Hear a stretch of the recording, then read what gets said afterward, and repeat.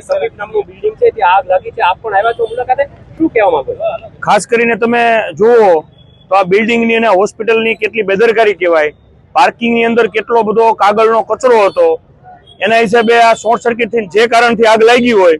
અહીંયા fire સેફટીની system છે તો ફાયર સેફટીની સિસ્ટમ મને ચોક્કસ જોવામાં એવું લાગ્યું કે ફાયર સેફટીની સિસ્ટમ બંધ છે. અને ખાસ કરીને જુઓ તો 8 થી 10 ટુ વ્હીલ અને 2 4 વ્હીલ બળીને ખાક થઈ ગઈ. આ તો સદનસીબે આટલા દાખલ બાળકો હતા, બીજા હતા, સદનસીબે આ રેસ્ક્યુ ટીમ ફાયર સેફટીની આવી અને બધાને બહાર કાઢ્યા.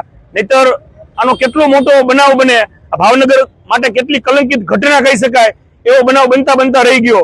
છતાં આમાં જવાબદાર જે આ હોસ્પિટલના લોકો છે, આ બિલ્ડિંગના લોકો છો, એ લોકો ઉપર તાત્કાલિક કાર્યવાહી કરે ફાયર સેફટીની ટીમ, કોર્પોરેશનની ટીમ, તો જ ભાવનગરની જનતાને એવું લાગશે કે કડક કાર્યવાહી કરી અને દાખલો બેસાડ્યો, અને દાખલો બેસાડવો જ જોઈએ એવું મારું માનવું છે.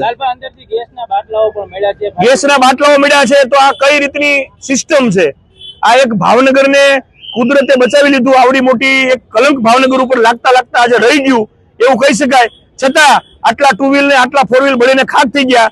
કેટલા બધા કાગળોનો જથ્થો ત્યાં છે, એના હિસાબે આગ ન લાગે તો શું થાય?